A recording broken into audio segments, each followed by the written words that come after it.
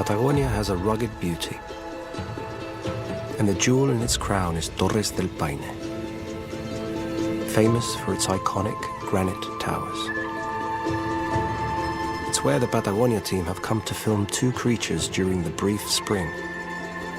Their aim is to capture the birth of a guanaco and a rhea father with his newly hatched chicks. And to do so, they turn to the people who know Torres best. Chilean filmmakers Cristian Muñoz Donoso and his son, Cristian Muñoz Salas, also known as Toco.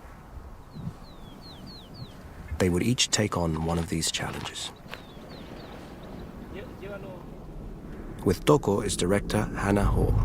Their mission was the rhea family. Rheas are massive. They're Patagonia's biggest birds. I just didn't think it would be that hard to find them. But I hadn't really banked on the scale of the landscape. It's just vast. And rheas are incredibly well camouflaged. They just vanish. From a distance, every rock looks like a rhea. They needed extra help, so local rancher Juan led them to the spots he knew.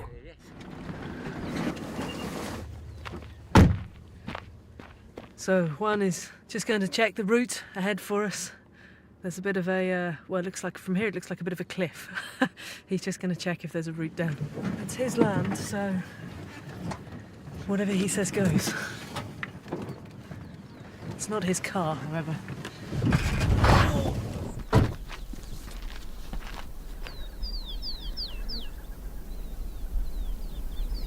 Finally, a rhea, but too far away and not stopping. Rheas run at nearly 40 miles an hour.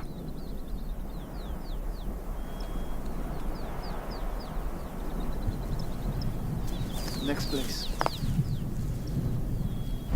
But if the rheas were proving difficult, the guanaco team seemed to have the harder mission: to film a mother giving birth. This is our first day, and we will go to try to find a large herd of guanacos. Very soon they saw a welcome sight.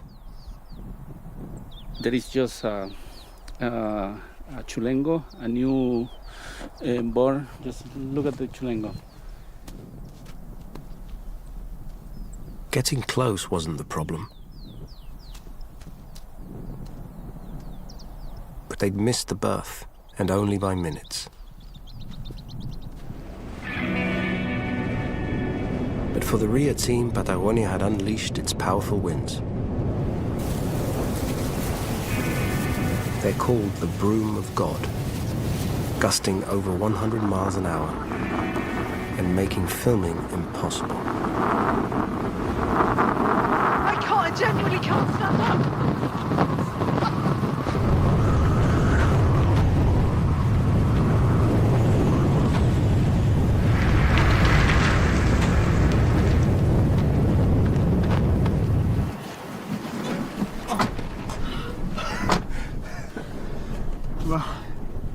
Oh, it was hitting hard.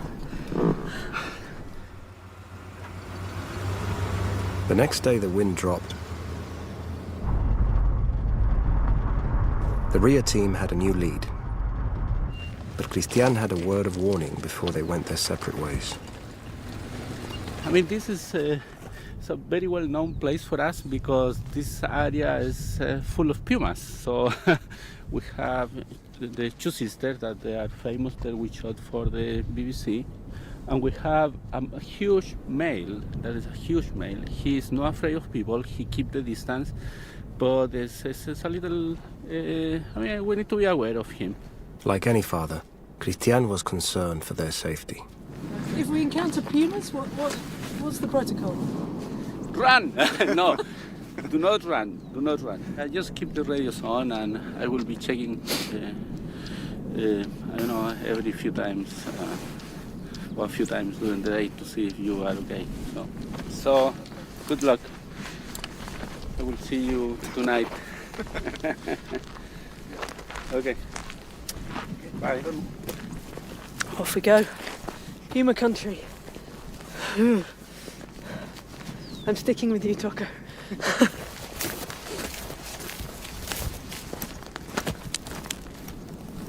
Here is the first sign I've got that we are definitely in Puma country. Not much left of that. I guess that was a guanaco.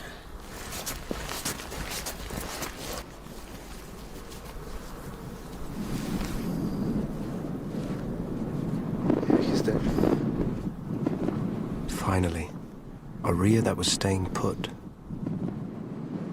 But as soon as we found the rhea, I forgot about the pumas.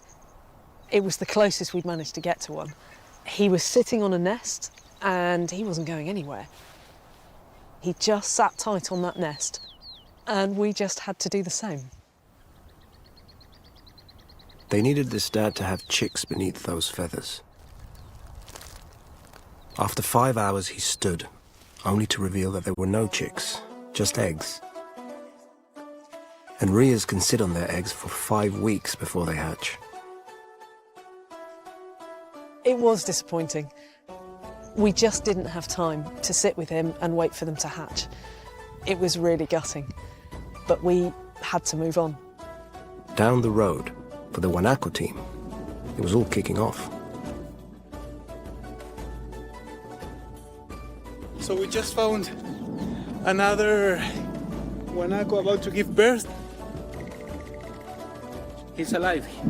He's moving the head. Can be just a few seconds, a few minutes, or maybe half an hour or 1 hour. Who knows?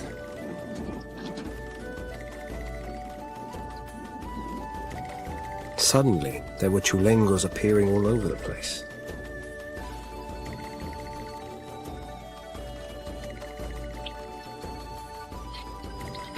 They're all popping up everywhere. I mean, it's amazing. It's amazing. It's really nice being a witness of all this new life.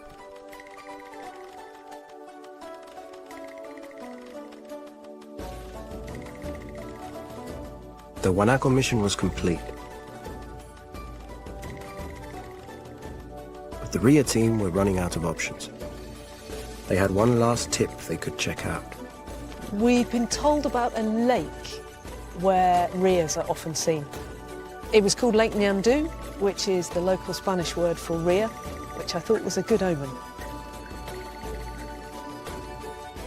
After a couple of tense hours scouring the horizon, I've just seen our rhea with his chicks. He's just come over the big hill. his chicks were just a few days old.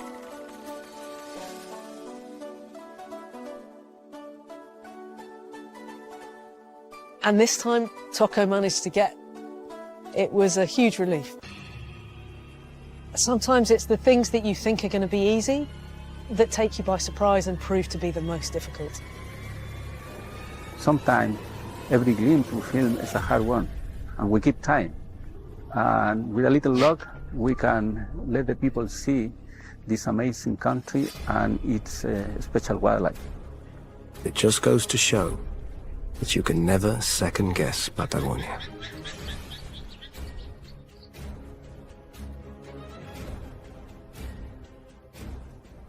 Next time we travel along Patagonia's coastline, from the turbulent freezing waters of Cape Horn, forging northwards over 1,000 miles, where rich ocean currents favor those who dare to be different.